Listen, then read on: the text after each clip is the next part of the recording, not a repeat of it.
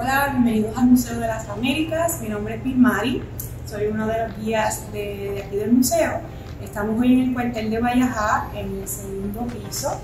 En el día de hoy vamos a darles un recorrido virtual y le queremos dar las gracias a ustedes por apoyar el museo durante este tiempo, ¿verdad?, tan difícil. Esperamos que ustedes y su familia estén bien. Gracias por visitarnos en estos días. Hemos podido, ¿verdad?, recibir público, pero lamentablemente, ¿verdad?, debido a la pandemia no hemos podido recibir grupos, así que estamos con nuestras redes sociales. Así que gracias por apoyarnos. Hoy vamos a ver nuestras salas permanentes, que disfruten mucho. Hola, bienvenidos a la sala de herencia africana. En esta sala vamos a ver la vida diaria de las tribus africanas de la zona oeste y central de África en la época precolombina y cómo, ¿verdad?, el cambio histórico de la esclavitud traslada las culturas de estas tribus a Puerto Rico y, ¿verdad?, todo lo que debemos a la herencia africana en nuestro día a día. Comenzamos en el continente africano, que se considera la cuna de la humanidad. Ven aquí un cráneo y las etapas de desarrollo del ser humano a través, ¿verdad?, de cientos de miles de años. Los expertos, ¿verdad?, a partir de los restos que se han encontrado en el continente, han formado, ¿verdad?, la historia de este desarrollo desde el continente hacia otras partes del mundo, comenzando aquí con la pintura rupestre. Este fue la primera expresión artística del ser humano y estaba basado en la vida diaria, la caza, las guerras entre tribus, cosas que tenían que ver, ¿verdad?, con la supervivencia del colectivo. En África se encuentran fenómenos geográficos como el Sahara, el desierto más grande del mundo, y el río Nilo. Gracias al río Nilo se pudo desarrollar la sociedad egipcia, una de las más avanzadas. La ventaja de estar cerca del río Nilo, obviamente la fertilidad y la disponibilidad de materiales. También en el continente africano abundaban muchísimo los metales, así que vamos a ver eso. Las tribus que vamos a estar viendo son los Dahomey, los Baule, los Ashanti y los Yoruba, entre otros. En el caso de los metales se utilizaban tanto para comercio como para adorno corporal, como ven aquí. Otros materiales estaban más reservados para objetos rituales, por ejemplo el marfil, que venía siendo un símbolo de longevidad. Se confeccionan estos objetos del cuerno del elefante. Vamos a verlo más adelante detallado, pero aquí pueden ver un fetiche de marfil, incluso un pasaporte de la tribu Dan, porque había muchísimo intercambio entre tribus y también con las poblaciones árabes del norte. Así que intercambios de materiales como los mismos metales y especias, al igual que personas esclavizadas que habían sido esclavizadas en guerras entre las tribus. Y en esta parte de la sala vamos a hablar de la música y la danza, un elemento muy importante de las tradiciones religiosas de las tribus africanas. En el caso de los Yoruba, ellos tienen influencias directas aquí en Puerto Rico. Le debemos nuestro baile de bomba a las tradiciones religiosas de los Yoruba. Vamos a ver aquí una variedad de objetos rituales, comenzando por la máscara. En las tribus se utilizaba la escarificación, o sea, hacer marcas sobre la cara para identificarse entre las tribus, y eso también se reflejaba en el arte. Como pueden ver aquí, hay una máscara con escarificaciones que pueden ver si se acercan aquí. Esta vestimenta era para un ritual de circuncisión del niño.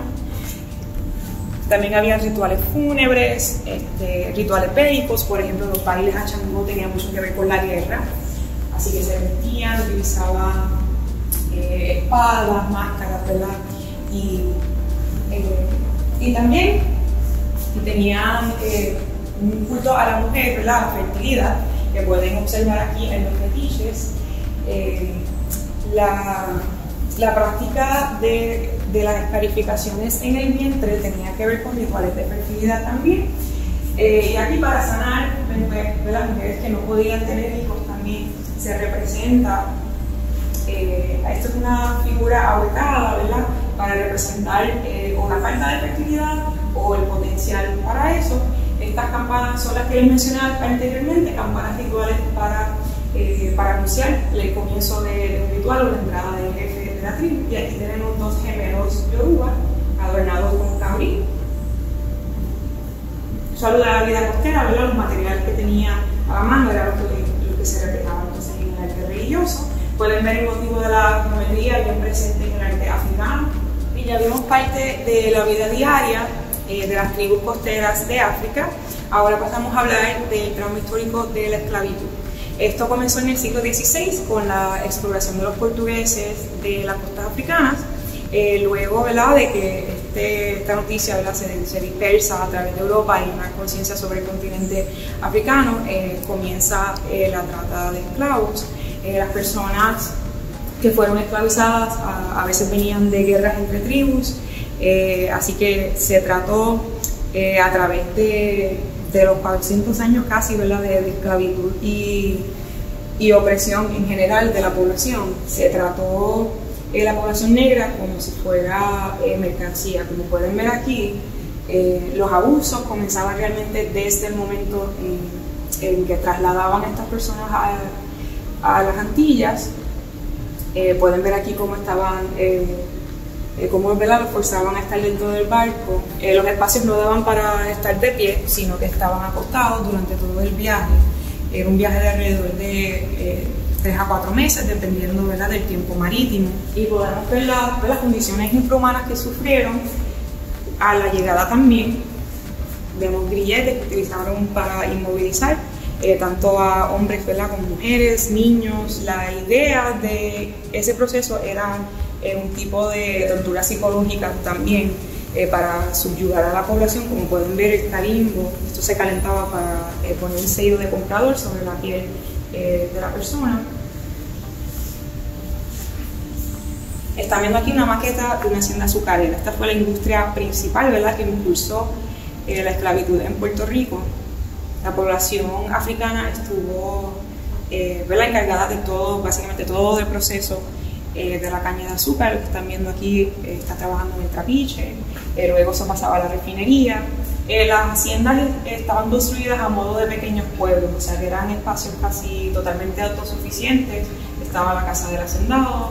Vean la diferencia de vivienda, ¿verdad?, para que vayan viendo la jerarquía que se estableció. Incluso entre africanos había una jerarquía porque le asignaban, ¿verdad?, uno de los sirvientes, entonces monitorear a los otros, así que se dio muchísima atención por eso. Y a pesar, ¿verdad?, de los abusos, del sufrimiento del diario vivir, vamos a ver en la próxima parte de la sala cómo la cultura africana en Puerto Rico insiste, ¿verdad?, se renueva, toma este trauma histórico y lo convierte, ¿verdad?, en algo que hasta el día de hoy forma parte de nuestra identidad. La abolición de la esclavitud se da en Puerto Rico en 1873. Aquí ven la medalla que conmemoró el centenario en el 73. Y arriba figuras prominentes que se dedicaron a la abolición de la esclavitud y también a la lucha por los derechos del pueblo puertorriqueño en general, como Ramón Emeterio Betances, Eugenio María de Hostos y también Segundo del Pelvis.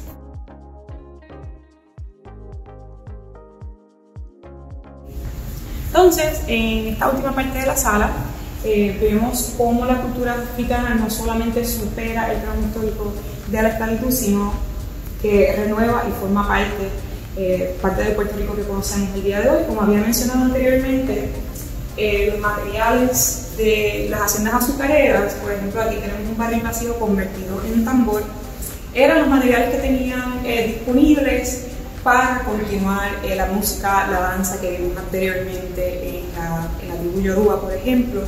Los materiales cambian un poco. La tradición original utilizaba madera, paja, y barro también para las máscaras, pero aquí en Puerto Rico, en el caso de hoy, sabemos que se dan los gigantes de coco.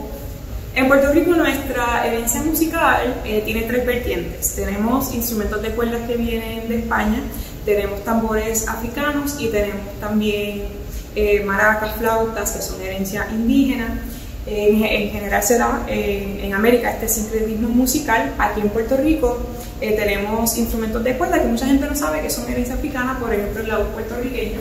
Esto viene de las arpas africanas, la forma del instrumento es muy parecido a los originales, entonces también nosotros conocemos el güiro, las maracas, y el propósito cambia un poco, ¿verdad? Porque originalmente eran rituales religiosos, ¿verdad? Para representar deidades, pero aquí se mezclan un poco con la tradición católica, por ejemplo las fiestas de Santiago Apóstol en Loíza, y también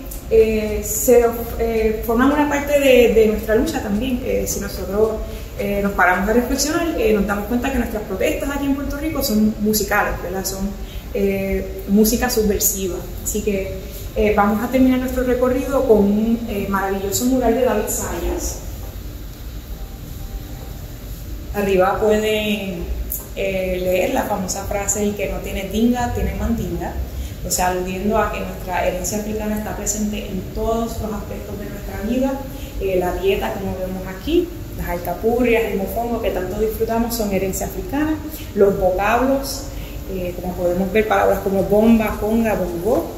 Les mencioné anteriormente aquel poema de Luis Pales Matos, ¿verdad? Que dice: por la encendida calle antillana, baten bandumba de la quimbamba, ¿verdad? Que hay una musicalidad en nuestro habla que mucha gente de otros países latinoamericanos notan, incluso más que nosotros, nos dicen que hablamos, ¿verdad? Cantando. Y muchísimo color, ¿verdad? En nuestro uso de las máscaras, en los disfraces que utilizamos para las festividades. Todo eso le debemos a la existencia de la población africana en su identidad y en su cultura. Ahora pasamos a la sala de conquista y colonización para hablar un poco de cómo la invasión, ¿verdad?, de España en el Nuevo Mundo cambia por completo el panorama aquí en el Viejo San Juan, en todo Puerto Rico, y cómo eso, ¿verdad?, sigue hasta la actualidad y cómo cambia un poco, ¿verdad?, nuestro estatus debido a la guerra hispanoamericana.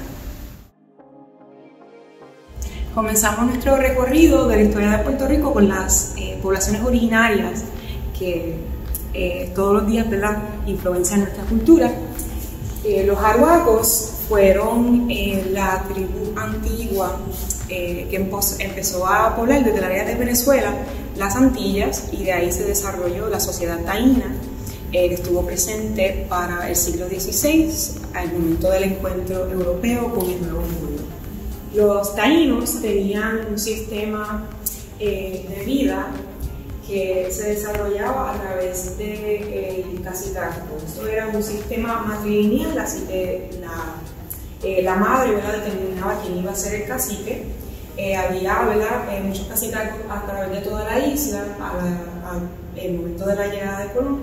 Y para entender, ¿verdad?, la conquista y colonización de Puerto Rico es importante resaltar el rumbo de España en ese momento. Ya había pasado para 1492 la reconquista de España, y no solamente querían, ¿verdad?, retomar el territorio que entendían como exclusivamente español, sino también desarrollar un imperio. Entonces eso dependía lamentablemente de la subyugación de las poblaciones que ya estaban presentes en el Nuevo Mundo, al igual que las poblaciones africanas que tomaron de sus tierras para, ¿verdad?, someterlos a la esclavitud en la industria azucarera y otras industrias.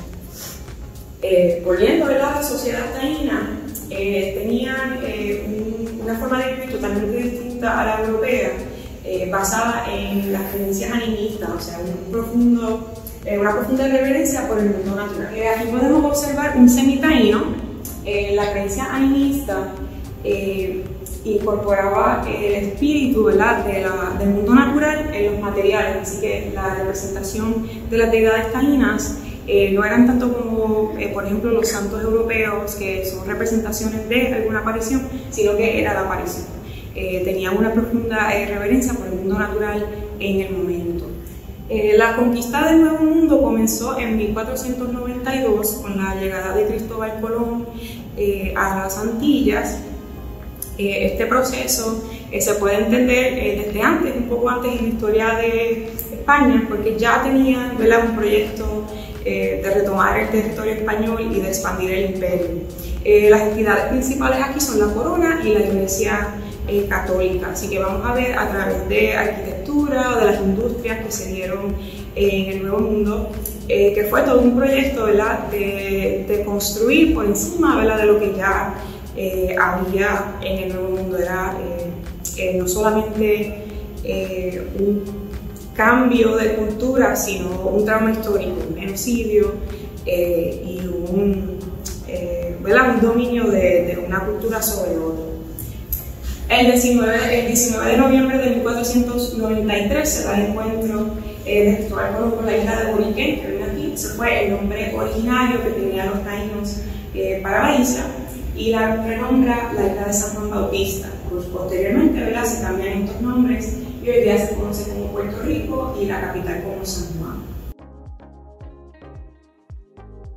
La conquista de América se dio a través de, como si fuera un cash flow, por así decirlo, del oro que encontraron en las islas de las Antillas directamente a la corona española. Así que una de las primeras cosas que hacen, hablando de arquitectura un poco, es que construyen, ¿verdad?, las sedes de gobierno, o sea, la Audiencia Real en Santo Domingo y en Sevilla y en España la Casa de la Contratación, que trataba todos los asuntos monetarios de la conquista. La Iglesia tuvo un rol protagónico en la conquista de América y eso se ve reflejado en la arquitectura. Así que si ustedes nos visitan aquí en el museo, pueden pasar por el Río San Juan y ver, ¿verdad?, en vida real, ¿verdad?, todas estas estructuras que hasta el día de hoy nos cuentan sobre el desarrollo de Puerto Rico. Por ejemplo, la iglesia San José, construida en 1521, recientemente se inauguró. La han reconstruido, está preciosa, así que pueden pasar por el museo y también a ver la iglesia. Esta iglesia, como había mencionado anteriormente, se dieron muchos debates, ¿verdad?, en cuanto a la cristianización de los taínos. Aquí tenemos una representación de Fray Bartolomé de las Casas escribiendo la breve relación de la destrucción de las Indias. Aquí otra imagen de él. Y en un principio, ¿verdad?, los que tenían el control realmente de la educación era la iglesia. Los frailes eran, ¿verdad?, quienes realmente sabían leer y escribir, pero poco a poco esto se fue democratizando. Esto comenzó en el siglo XVIII con Rafael Cordero, ¿verdad?, abrió su casa a darle clase a personas que estaban marginadas, ¿verdad?, niños que no podían estudiar, incluso mujeres. Y hasta el día de hoy, ¿verdad?, se ha dado esa lucha entre la educación para todos, ¿verdad?, el derecho a la educación, ¿verdad?, y las demandas de poderes opresores. En Mayagüez, en el siglo XIX, nace Eugenio María de Hostos, que se dedica a la educación, no solamente aquí en Puerto Rico, sino en República Dominicana y Chile, por lo que se le conoce como el ciudadano de América. Tenía una visión de una América libre por completo, ¿verdad?, de la colonización española, y para lograr esto y impulsar estas luchas anticoloniales que iban a resultar, ¿verdad?, en naciones independientes, él pensaba que la educación era la primera base, ¿verdad?, lo fundamental para este desarrollo. También en el siglo XIX se impulsó muchísimo la literatura en Puerto Rico. Nuestra Julia de Burgos, ¿verdad?, una de nuestras figuras más conocidas de origen negro, también escribe en esta época.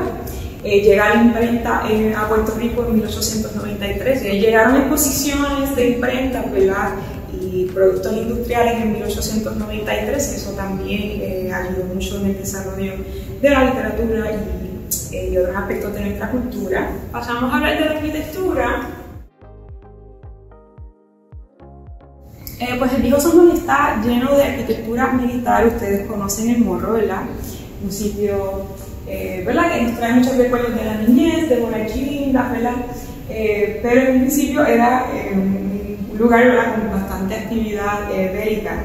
Era ese punto estratégico donde se podían ver embarcaciones que llegaban, y se dieron muchas luchas entre otros países europeos que también estaban tratando de construir sus imperios en el Nuevo Mundo. Así que los holandeses y los franceses, pero incluso los ingleses, con muchísimas luchas, ¿verdad?, en el siglo XVII y XVIII. El Morro se empieza a construir en 1539. La ciudad de San Juan fue una de las ciudades militares más protegidas de Latinoamérica en su época. Y tenía varias puertas, ¿verdad?, una muralla alrededor de toda la ciudad y varias puertas, la principal siendo la puerta de San Juan. Los navegantes que llegaban a San Juan pasaban por la puerta de San Juan desde la embarcación y subían directamente a la Catedral de San Juan a dar gracias por haber llegado vivos, porque en esa época pues, un viaje, ¿verdad?, tan largo era bastante peligroso. También traen los españoles, volviendo a nuestra arquitectura, un poco de influencia árabe, como podemos ver aquí en los azulejos. Esto es parte de la arquitectura musulmana, ¿verdad?, ya que no se dan representaciones del ser humano o de Dios, sino de la geometría y elementos naturales. Así que se pueden ver esto en las casas de San Juan. Aquí tenemos una maqueta. Nosotros conocemos que en San Juan normalmente se dan estas casas de 2 planos. El primer piso a veces tenían, ¿verdad?, sus negocios para impulsar el comercio, entonces arriba la vivienda. Finalmente, en esta parte de la sala tenemos ejemplos de las armas, ¿verdad?, y las armaduras que utilizaban los españoles para defender sus sedes. Detrás de ustedes hay una imagen de estos encuentros bélicos en la costa de Puerto Rico. En un momento los holandeses, ¿verdad?, lograron tomar San Juan por unos meses y los españoles vuelven, ¿verdad?, y los expulsan. Así que esto era una constante en la ciudad de San Juan. Y también estaba surgiendo una nueva nación, Estados Unidos, que también estaba construyendo su imperio, y en 1898 se da la Guerra Hispanoamericana. Esto comienza cuando uno de los barcos de Estados Unidos en Cuba, el Maine, se hunde, ¿verdad?, sufre una explosión, entonces se interpreta como una ofensiva de parte de los españoles y se declara la guerra a España. Posteriormente, España cede su control de la isla a Estados Unidos y se ha mantenido esta relación colonial hasta el día de hoy. Aquí pueden ver imágenes de ese momento histórico. La iglesia de San José, que se acaba de inaugurar, pueden ver aquí en la época, ¿verdad?, como los daños que sufrió por el bombardeo a San Juan. Esto fue el bombardeo naval. Entraron en principio por Guánica y dan una proclama a los habitantes de Puerto Rico, ¿verdad?, diciendo que la idea era liberar a Puerto Rico de la colonización española. Realmente lo que se da es un traslado, ¿verdad?, de un poder colonial a otro, y se da, ¿verdad?, un debate bien parecido al que se estaba dando en los siglos XVIII y XIX en Puerto Rico en cuanto a la identidad ante el país colonizador, ¿verdad? Personas que estaban leales a la corona, personas que querían, ¿verdad?, alguna negociación de derechos, y personas que querían libertad completa, como se da hoy día en cuanto a nuestra relación con Estados Unidos. ¿Verdad? Culmina nuestro recorrido histórico aquí, porque llegamos, ¿verdad?, a la actualidad, y seguimos ahora para la Sala de Artes Populares. Nos encontramos ahora en la Sala de Artes Populares. A mi alrededor están viendo el mural nuevo de Don Riven, se llama La cultura que nos une, y está aquí para demostrar el propósito de la sala. Hoy vamos a ver muchísimas piezas de arte que demuestran no solamente la vida diaria en distintos países latinoamericanos, pero también el mestizaje cultural que se encuentra ahí y cómo estas formas de diario vivir, ¿verdad?, se vuelven formas de arte. Vamos a comenzar con Puerto Rico, y aquí pueden acompañarme a ver una casa campesina. Ustedes ya están familiarizados con el jíbaro de Puerto Rico, que es un símbolo de nuestra identidad nacional. Vamos a pasar a ver la casa, el interior. Estas casas se construían de manera del país, entonces se pintaban con una pintura de aceite. Esto tiene el propósito de proteger la madera de la humedad de nuestra isla. Mientras vamos pasando, ustedes pueden identificar objetos dentro de la casa que todavía sirven como símbolos de nuestra identidad, y podemos reconocer quizás, ¿verdad?, de incluso nuestros abuelos, como considerar el fogón. Ven arriba un quinqué, y en la época, como había bastante distancia, ¿verdad?, entre la gente que vivía en la montaña y los pueblos donde se encontraba la iglesia, también ustedes pueden ver aquí un altar, pequeño altar, una manera de traer la iglesia a casa. La vida campesina es un tema muy presente en el arte puertorriqueño, pero también en América Latina en general. Vemos ahí inmediatamente, ¿verdad?, el gallo puertorriqueño, símbolo de nuestra identidad. Hay un campesino de Haití, en el Perú. La forma de arte, ¿verdad?, enfatiza la forma redonda de las personas, ven una mujer trabajadora, así que el trabajo diario es un tema muy presente en el arte latinoamericano, al igual que los elementos de la naturaleza, así que animales, flores, especialmente en el arte mexicano, y muchísimo color.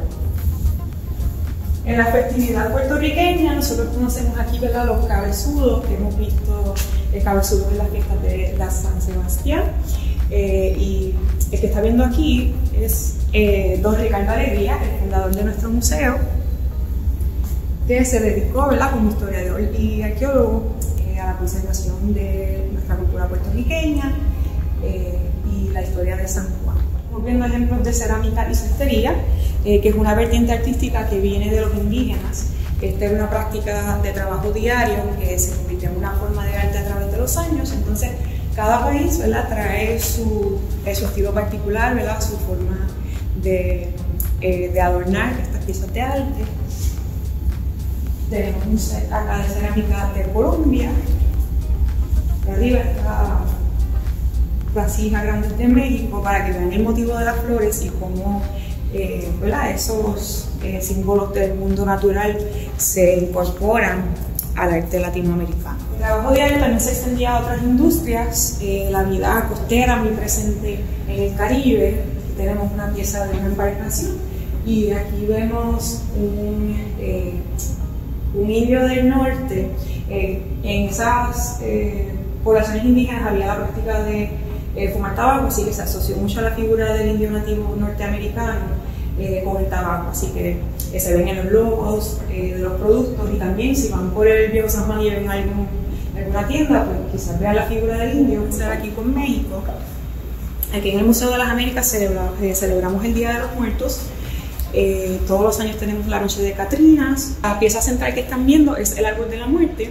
La idea del Día de los Muertos es que el espíritu de familiares de la que han fallecido van a regresar a estar con la familia, así que le hacen el altar para traer el espíritu, utilizan velas, frutos, para representar diferentes elementos, ¿verdad?, tierra, agua, y muchísimas ofrendas, y como ven aquí, siempre hay una foto, ¿verdad?, del familiar.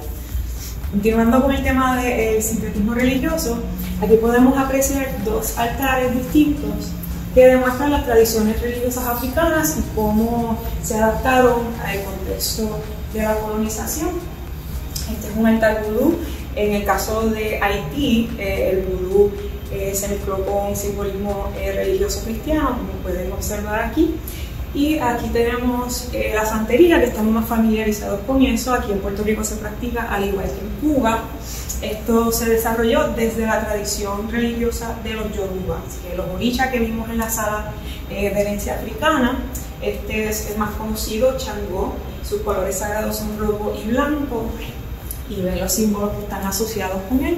Él es una deidad relacionada con el trueno, con la guerra, una fuerza masculina. También está, por ejemplo, Yemayá, que es una deidad femenina asociada con el mar y con la fertilidad. Anteriormente la casa campesina, ahora vamos a ver una capilla. Como mencioné anteriormente, los jíbaros tienen que traer la iglesia a casa, por eso tenían pequeños altares dentro de sus casas, y también se construían pequeñas capillas para resolver el problema, ¿verdad?, de no poder llegar a las iglesias en el pueblo.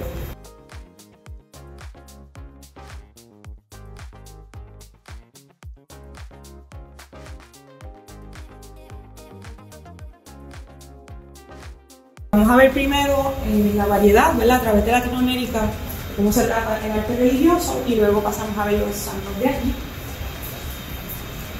Este nacimiento que ven fue hecho en Venezuela, para que vean el estilo de arte de ese país.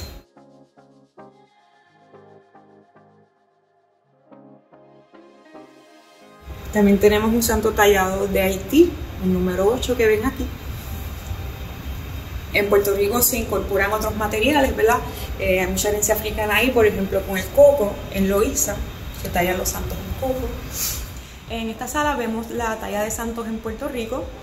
Primero tenemos un ejemplo de Galicia para que tengan una idea de la tradición versus cómo la trabajamos aquí en Puerto Rico.